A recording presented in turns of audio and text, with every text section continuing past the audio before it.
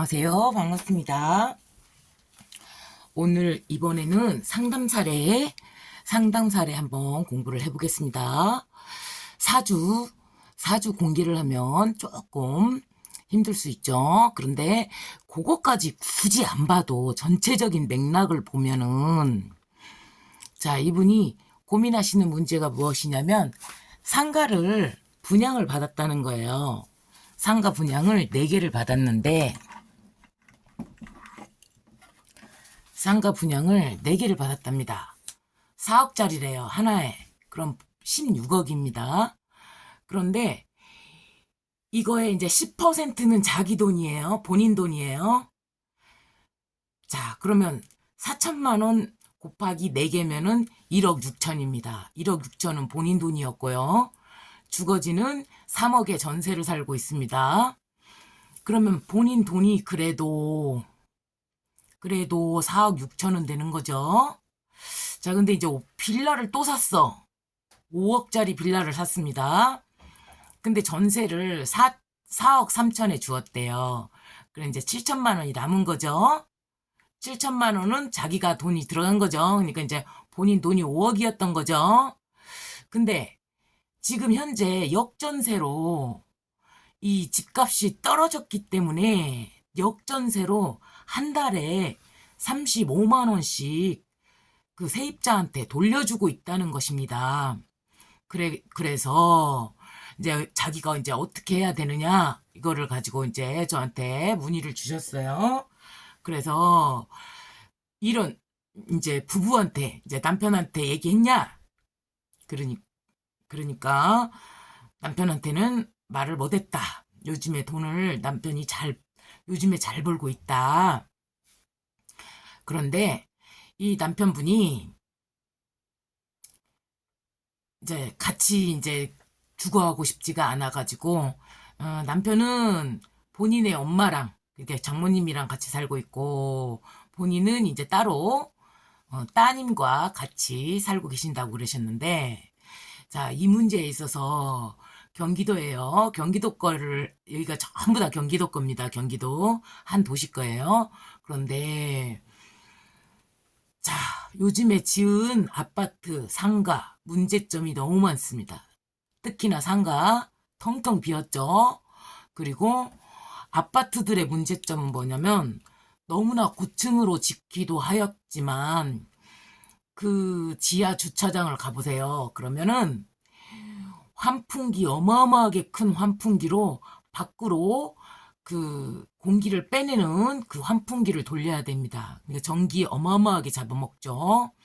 그 아파트들이 사실 문제점이 너무나 많은데 막 바닥이 들뜨고 문제점이 너무나 많지만 그것을 처음에는 시공사한테 막 난리치고 어찌고 저찌고 막 그렇게 처음에는 그렇게 하지만 사람들이 입을 닫기 시작합니다. 왜냐하면 그것이 알려지면 집값이 떨어지기 때문에 이 사람들이 전부 다 같이 카톡이나 이런 것들로 해가지고 전부 다 이 문제를 쉬쉬 덮으면서 이렇게 아파트에 문제가 없는 것처럼 아파트금 떨어지면 자기네들 원금을 찾기가 어려우니까 그러니까 이 아파트들이 순살 아파트 막 이런 식으로 해가지고 거의 날림 공사를 했습니다. 그래서 그 아파트들도 문제가 있지만 상가 공실 더 큰 문제죠. 그래서 그때 당시에는 상가 분양이 너무너무 잘 될 거다. 막 이렇게 이제 꼬셨으니까 홀딱 넘어간 거예요. 그래가지고 이제 자기 돈을 10%를 10%를 본인 돈을 집어넣고 계약을 했는데 무이자로 2년 동안은 무이자로 이제 잔금을 10% 10% 10% 10% 해갖고 이제 5번을 집어넣고 마지막 2억을 한꺼번에 내야 되는 시점인 것입니다. 그런데 그러니까 2억이 들어간 거죠. 뭘로? 융자로. 융자로 들어간 겁니다. 16억 중에 8억 중에 1억 6천 빼고 어 6억 4천이 6억 4천이 대출로 이미 들어간 거예요. 그리고 나머지 50%가 지금 남은 상황입니다. 그래서 날라왔대요. 나머지 잔금을 다 내라. 근데 요거 90%까지는 대출을 해주겠다. 요렇게 했는데, 이제 10% 빼고 여기서 나오는 돈이 있답니다. 한 달에 이 네 개를 다 합쳐가지고 잔금 10%를 냈을 때 1,000만 원 정도 이제 돌려받은 게 있대요. 그러니까 4천만 원 빼고 해가지고 2억을 빼고 나머지 중에서 90%가 된다는 거예요. 그러니까 자기가 아무리 이 남은 8억을 좀 복잡하죠? 뭐 그런 게 있답니다. 자, 남은 8억을 이거를 헐라면 자기 돈이 최소한 1억에서 1억 5천 정도는 있어야 되는 것인데 90%를 받더라도 그런 것인데 돈은 갚아라. 나머지 잔금 갚아라. 이러고 이제 시공사에서 날라갔단 말이에요. 자기 어떻게 해야 되니? 이 상황에서 어떻게 해야 되니? 그러면 다 계산을 해보십시오. 본인 돈은 1억 6천 3억 있었지만 얘가 이미 5억짜리를 샀지만 이미 역전세로 35만 원을 돌려줄 때는 이미 전세가보다 1억은 몇 천만 원은 더 떨어졌다는 얘기입니다. 그러면 이건 경매 넘어가가지고 털고. 자, 여기서 본인이 아무리 여기서 계약을 포기하면 돌려받을 수 있는 게 없습니다. 이미 들어갔는데 자기 돈이 1억 6천이 들어갔는데 이미 마이너스 6억 4천이에요. 그러면 자기 본인 거 전세금 빼고도 3억 4천이 순수하게 빚잔치 전부 다 하고 나면 순수하게 본인한테 떨어지는 본인이 갖고 있던 돈보다 이 상가 분양 4개 받으면서 다 날린 겁니다. 그리고 자기 본인한테 순수하게 떨어지는 빚이 마이너스 3억 4천이 되는 것입니다. 그러면 여기에 계속 살고 싶다. 나는 여기 계속 살고 싶다. 이 전세 이 집에 난 너무너무 계속 살고 싶다. 아무리 그렇게 해도 시간이 본인이 아무리 노력을 한다고 해도 이거는 건질 수가 없는 문제이고, 자, 이번 게임에서는 빚쟁이 노예로 전락한 것입니다. 그러면 이것은 지금 열심히 역전세로 35만 원씩 세입자한테 주고 있다는 거예요. 근데 정말로 세입자들한테는 미안한 얘기지만 이런 경우에는 자기가 뺄 수 있는 돈을 빨리빨리 빼가지고 현금화 시키고, 그리고 이거 포기하더라도 자기는 빚쟁이가 이미 되어버렸기 때문에 빚쟁이가 이미 된 상황에서 지금 상황에서는 역전을 못 시킵니다. 이런 경우에는 빚잔치 그냥 가만히 놔뒀을 때는 어떻게 됩니까? 1년, 2년, 3년 갚다 못 갚게 되면 여기에서 시행사에서 이 사람한테 전세 주인한테 이 돈 돌려주지 마라. 내가 지금 이거에 지분이 있다. 요런 식으로 해가지고 여기 시행사에서 그 대출해준 그곳에서 그 은행에서 경매가 들어옵니다. 차압이 들어옵니다. 그리고 거기에서 이것도 들어올 수 있죠. 그리고 전세를 지금 살고 있는 사람 여기에는 빚이 없습니다. 여기에는 부채가 없이 샀는데 이 전세자가 이거를 전세금을 돌려받기 위해서 경매를 넘길 수가 있죠. 그렇지만 아직 여기에 빚은 없으니까 이거를 계속 끼고 있다면 얘를 정리할 수가 없는 것입니다. 그러면은 그냥 딱 기본으로 잡아도 2년, 3년은 그냥 그대로 시간만 낭비하고 그냥 가버립니다. 시간만 낭비하게 되는 것이죠. 그렇게 되면 이 빚잔치가 완전히 다 빨아먹고 빚잔치로 딱 넘어갈 때는 3, 4년이 걸려버려요. 길게는 5년 더 걸립니다. 근데 신용회복위원회에 지금 찾아가봐야 빌라도 있지, 상가 분양받고 받았지, 주거지가 지금 3억 전세로 갖고 있지, 이런데 빚진 게 하나도 없는데 신용회복위원회 찾아가면 거기서 뭘 해주겠습니까?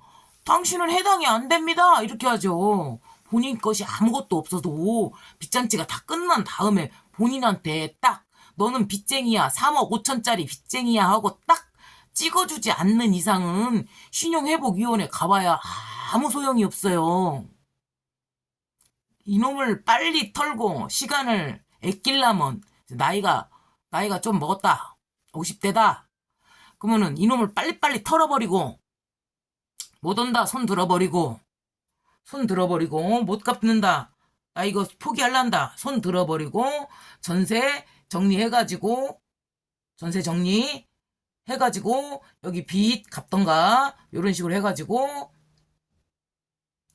싹 다 정리를 빨리빨리 정리를 해버린 다음에 신용회복위원회를 가든 개인회생을 신청을 하든 신용회복을 하든 아니면 3억 죽어도 내가 못 갚는 돈이니까 개인으로는 3억 못 갚습니다. 평생 갚아도 못 갚습니다.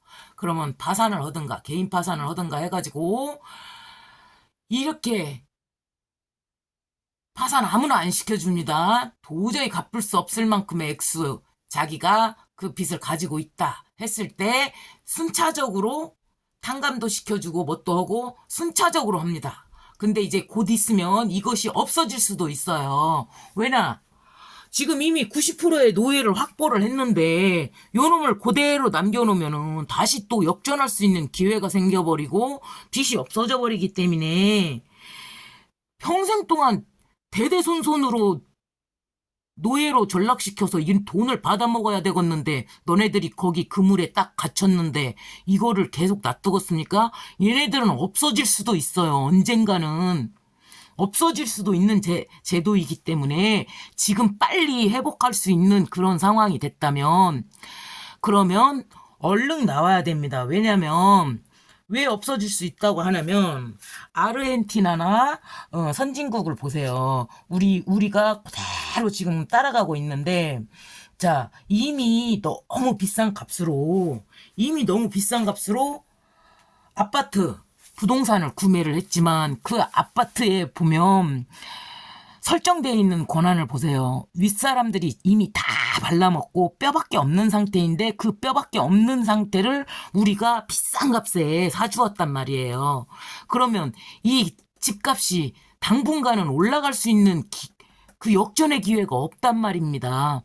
그러면 이 사람들을 이런 문제에 놓였을 때 제가 너무나 답답하고 한심해서 어떻게 생각을 했냐면 상담을 하다가 보니까 약자들은 너무나 당하고 부자들은 너무나 강한 힘을 갖고 있길래 이제 그래 그러면 약자를 보호하는 사람도 한 사람쯤은 있어도 되지 않겠냐 싶어가지고 제가 적당한 타이밍에 아파트 경매를 자꾸 공부하고 자꾸 보고 있는 이유는 무엇이냐면 그곳에 이제 말하자면 정말로 그 사람들이 이제 완전히 바닥으로 아파트가 부동산이 폭락을 할 수밖에 없는 그 상황에 놓여 있기 때문에 자 그렇게 됐다면 자 집 한 칸이라도 여러 사람이 살 수 있는 집 한 칸이라도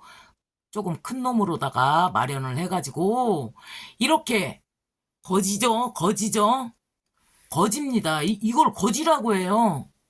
빚거지잖아요. 빚거지. 그죠? 욕 아닙니다. 말 그대로 내가 가진 게 아무것도 없는 1차전에서 패배한 1차전에서 이미 졌어. 그래서 거지가 됐다면 자 제가 이제 집을 큰 거를 하나를 마련을 하게 되면 그 사람들이 와서 살 수가 있죠.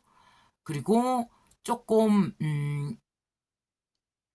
지능이 조금 부족하다거나 경계성 지능에 속해서 세상 사람들한테 늘 늘 따돌림을 당하고 거의 교도소에 가보면 그런 애들이 절반 이상입니다. 왜냐하면 얘네들이 누명을 뒤집어 쓰거나 뭐가 뭔지 분간을 못 하기 때문에 사회의 법을 어겨서 얘네들이 생각보다 큰 죄를 뒤집어 쓰고 교도소에 가 있는 애들이 되게 많아요.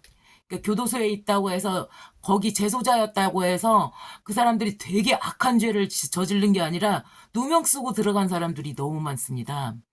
그래서 그 친구들이 감옥에 안 가고 그래도 어딘가에 세상 어딘가에는 이 약자를 보호하고 살 수 있는 그러한 공간을 마련해서 내가 그들과 같이 살면서 이런 것들 알려주고 명리도 알려주고 경매 같은 거 알려주고 세상의 지혜랑 이런 것들을 나누면서 이거를 다 알려줘서 집을 딱 살 수 있게 해주면 직장을 다닐 수가 있잖아요. 허드렛 일이라도 할 수 있죠. 직장을 딱 이렇게 갈 수 있게끔 해서 개인회생 딱 3년 딱 갚으면 끝나죠. 그래서 개인회생 할 수 있을 동안 공부도 하고 직장도 다녀서 본인이 스스로 일어날 수 있게끔 해서 졸업시켜서 내보내고 저한테 이득이 뭐가 떨어지느냐고요? 저한테 이득은 만약에 이 사람들이 마이너스가 된 상황에서는 기초생활 수급자이거나 차상위이거나가 될 수가 있죠. 그러면 청년, 주택, 보증금이랄지 아니면은 그 월세 같은 거를 지원해 줍니다. 그러면 제가 그 집 하나만 내가 이렇게 소유해가지고 그 사람들한테 월세 같은 거를 국가로부터 받을 수 있죠. 저는 그거면 족합니다. 더 내라고 할 필요가 없어요. 그래서 이 사람들이 자립할 수 있게끔 해가지고 사회로 다시 내보내고 그것을 하려고 했습니다. 그것을 하려고 했는데 일반적인 사람들이 너무나 많이 핏발리고 살고 있어서 이게 지금 사회가 정말로 너무 잘못 돌아가고 있구나. 국가가 완전히 경찰조차도 이제 민중의 지팡이라는 단어는 쓸 수가 없을 만큼 권력층에 완전히 다 붙어버렸구나. 그러면 우리가 할 수 있는 일은 없구나. 정말로 그 회장님이 입주자 대표회의 회장님이 저한테 말했던 거. 그래서 네가 할 수 있는 게 뭔데? 우리가 할 수 있는 게 없죠. 없죠. 그러니까 그 큰 힘에 물론 대항은 끝까지 해봅니다. 왜냐? 대항을 안 하면은 더 심각해집니다. 선진국 보십시오. 아파트 관리비, 또 보험료, 요런 걸로 해가지고 국민들 버는 족족 다 빨립니다. 자, 그런데 조금이라도 저항을 하면 그 속도가 조금 늦춰집니다. 국민들이 빨리빨리 깨어나서 이런 것들을 알아가지고 그래 저항이라도 한번 해보자. 꿈틀이라도 한번 해보자. 요러한 것으로 해가지고 제가 알리고 있는 것입니다. 그렇게 해가면 속도를 조금만이라도 늦출 수 있고 그리고 이 거지들 모아다가 내가 거지왕 김춘삼이 돼가지고 야네들 먹고 살 수 있게끔 덩어리가 되면 그 또한 힘이 됩니다. 제가 이 일을 해가지고 남는 것은 거의 없습니다. 국가에서 만약에 월세 지원금 안 주면 제가 받을 수 있는 거 없습니다. 그러나 제가 돈을 받은들 못 얻었습니까? 저는 루이비통 안 좋아합니다. 저는 그냥 하루 3끼 중에 2끼만 먹으면 되는 사람입니다. 욕심이 없어요. 제가 삼례 나가면은요. 제가 이제 계란을 살라고 해서 화장실 때문에 이제 삼례 딱 들렸는데 계란 파는 아줌마도 저보고 내 돈 안 갖고 왔는데 나 화장실 갔다가 나 돈 안 갖고 왔는데 나 계란 2판 갖고 가야 되겠는데 이렇게 얘기를 하니까 아줌마가 다음 장날에 주랍니다. 왜 자꾸 나한테 외상을 갖고 가라 그래? 보증수표입니다. 그러면은 삼내에 있는 장사 하시는 사장님들이 뭐득이 나한테 외상을 준다고 하겠어요. 안 갚고 갈 사람이 아니오. 자, 내가 그 생각도 잠깐 해봤어요.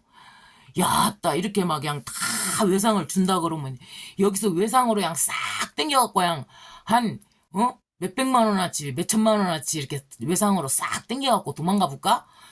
그럴 수도 있겠네 이 생각도 했어요. 근데 바로 우리는 신과 통하는 교통하는 자이기 때문에 가슴 중앙에 딱 올라오는 생각 있죠?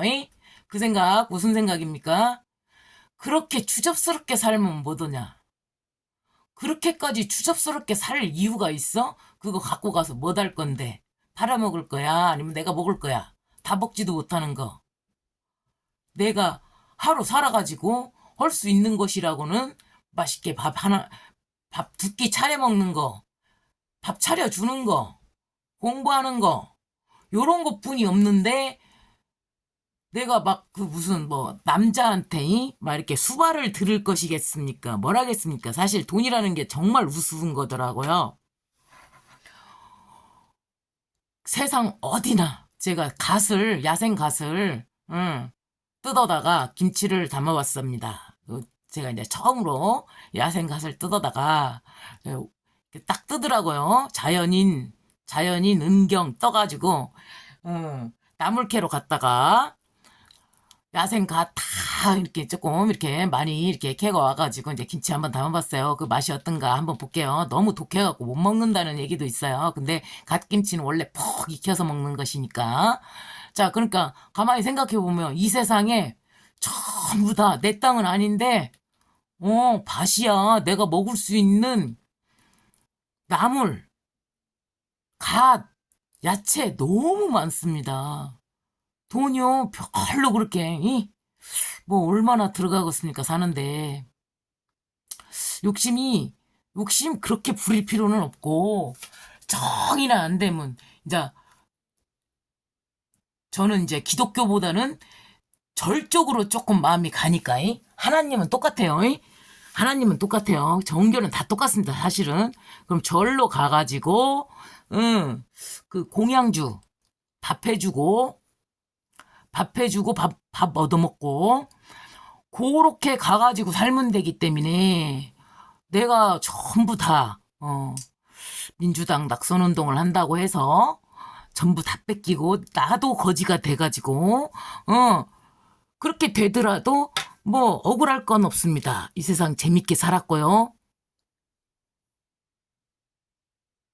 자, 여러분, 자 이런 상태라면 자, 상담사래 굳이 사주는 말씀 안 드렸지만 요러한 현상에 놓여 있다. 그러면 빨리빨리 털고 챙길 거 빨리빨리 챙기고 그래가지고 미래를 향해서 2차전 준비를 해야 됩니다. 2차전. 이번에는 내가 졌다. 한 번 졌다. 질 수밖에 없어.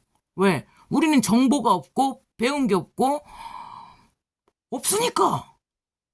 기득권을 차지하고 있는 사람들은 그들의 세상은 그 게임은 다 정해져 있단 말입니다. 자, 그러니까 역전 기회 충분히 있으니까 막 자살하거나 막 비관하거나 막 이러지 마세요. 이분이 내가 설명 다 해주니까 멘붕이 와가지고 내가 지금 정신을 못 차려가지고 내 설명을 더 이상 못 듣겠다. 아무것도 들어오지 않는다. 몸이 얼었다. 막 이렇게 충격을 받으셨는데 자 충분히 역전 기회 충분히 있습니다.